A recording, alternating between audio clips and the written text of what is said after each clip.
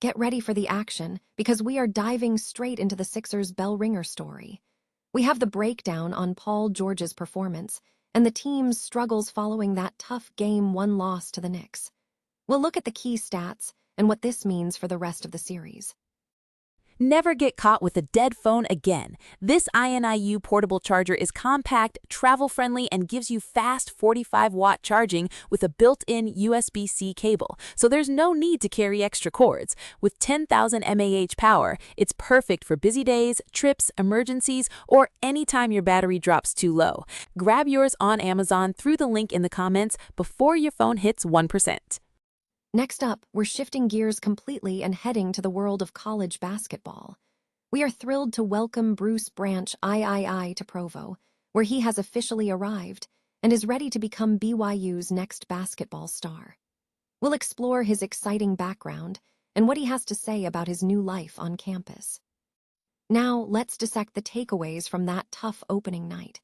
We're breaking down the 3 biggest lessons the Philadelphia 76ers need to learn after falling to the New York Knicks, focusing on defensive lapses and offensive adjustments. And finally, we look at the crucial strategic move the Sixers need to make to flip this series. We're talking about why Nick Nurse and the coaching staff must consider allowing Paul George to take more shots to unlock the team's potential. Stay with us for all the latest. The Philadelphia 76ers suffered a disappointing 137-98 loss to the New York Knicks in their opening conference semifinal matchup, a result that offered few positives despite the blowout scoreline. While the team managed to avoid any significant injury concerns, with no starters playing more than 30 minutes just 48 hours after an exhausting Game 7 against the Celtics, the offensive output from key players was notably low. Joel Embiid and Tyrese Maxey combined for only 27 points on 30% shooting. However, the game provided several standout performances that emerged from the contest. Paul George was highlighted as a key performer, scoring 17 points on 6 of 11 field goals, along with 3 rebounds and 3 assists. George demonstrated an ability to find his rhythm early, hitting crucial three-pointers and creating opportunities for teammates, including finding Kelly Oubre Jr. multiple times with passes and drives. He was the only Sixers player to make shots before the third quarter began. Kelly Oubre Jr. also delivered a strong showing with 12 points, 5 field goals made, 5 rebounds, and a steal, showing high energy and impact on both ends of the court despite some turnovers.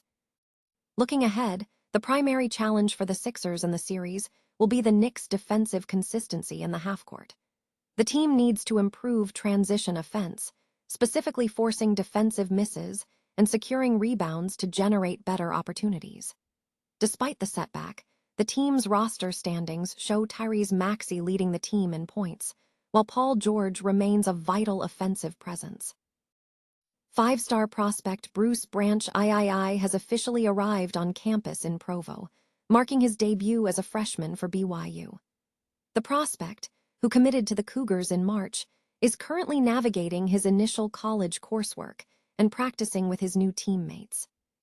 Branch is highly regarded, ranking as the second highest-rated signee in program history during the 247 sports era, trailing only A.J. Dybantsa, whom he aims to emulate as another potential NBA draft prospect from BYU.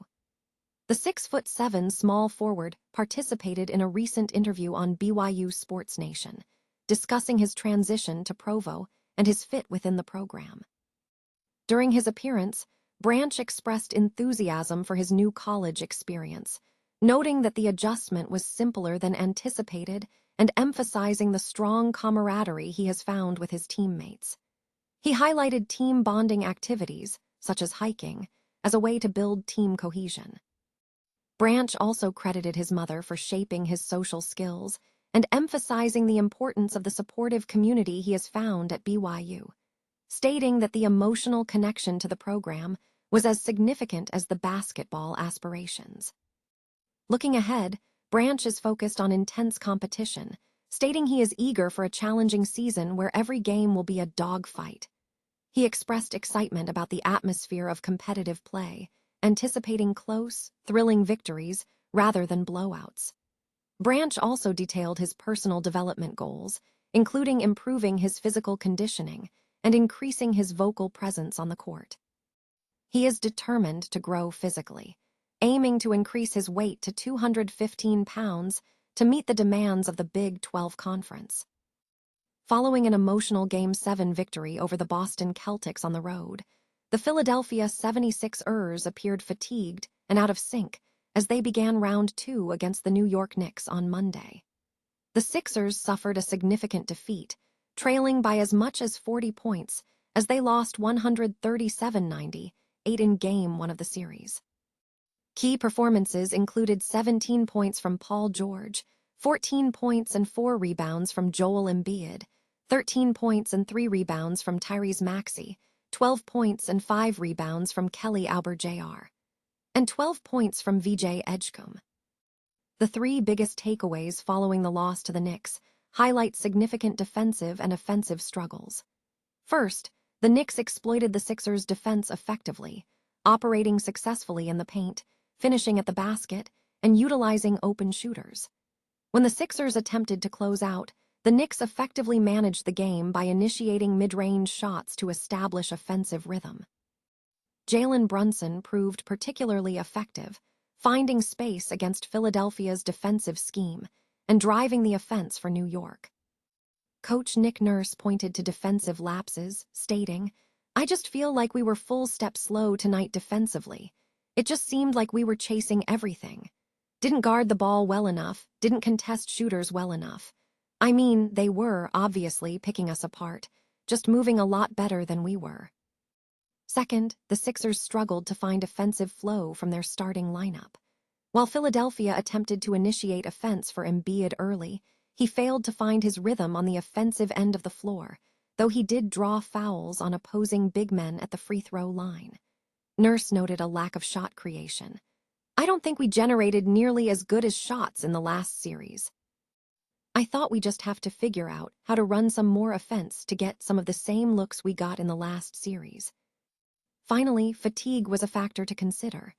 After a Game 7 win and a day off, the team faced a Knicks squad that had also had a day off, leading to questions about performance. Paul George acknowledged the emotional aspect but dismissed it as an excuse, stating, "It was an emotional roller coaster. I won't use that as an excuse."